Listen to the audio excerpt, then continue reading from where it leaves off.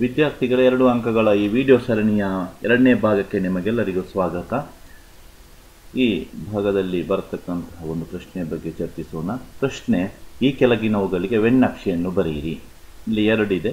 A ಸಂಯೋಗ B hole dash ಮತ್ತು A ಛೇದನ ಬಿ ಡ್ಯಾಶ್.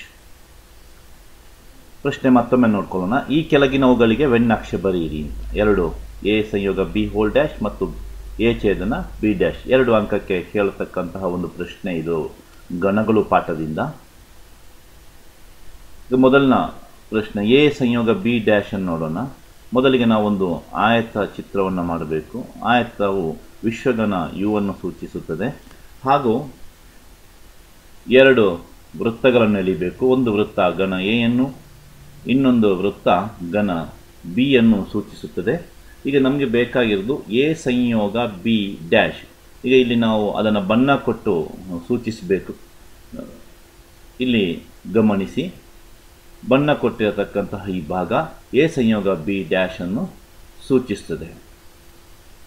ಇದೇ ರೀತಿ 2ನೇ ಬಿ ಭಾಗವನ್ನು ನೋಡೋಣ. ಎ ಛೇದನ ಬಿ. ಇಲ್ಲೂ ಕೂಡ ನಾವು ಇದನ್ನು ಬಿಡಿಸುವಾಗ ಆಯತ ಚಿತ್ರವನ್ನು ಮೊದಲಿಗೆ ಮಾಡ್ಕೋಬೇಕು.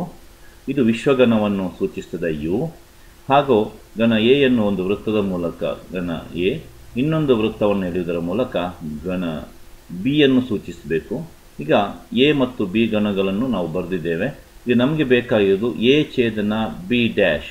ಎ ಮತ್ತು ಬಿ ಡ್ಯಾಶ್ ಎರಡರಲ್ಲೂ ಬರತಕ್ಕಂತಹ ಗಣಾಂಶಗಳು ಎಲ್ಲಿ ಬರುತ್ತದೆ ಎಂದರೆ ಅದಕ್ಕೆ ಬಣ್ಣ ಹಚ್ಚಿ ಸೂಚಿಸಿದಾಗ ಈ ಬಣ್ಣ ಹಚ್ಚಿರತಕ್ಕಂತಹ ಜಾಗ ಎ ಛೇದನ ಬಿ ಡ್ಯಾಶ್ ಅನ್ನು ಸೂಚಿಸ್ತದೆ. ಇದನ್ನು ಮತ್ತೊಮ್ಮೆ ನೀವು ಗಮನಿಸಿ ಹಾಗೂ ಬರೆದು ಅಭ್ಯಾಸ ಮಾಡಿ. ಅರ್ಥ ಆಯಿತು ಅಂತ ಭಾವಿಸ್ಕೊಂಡಿದ್ದೀನಿ.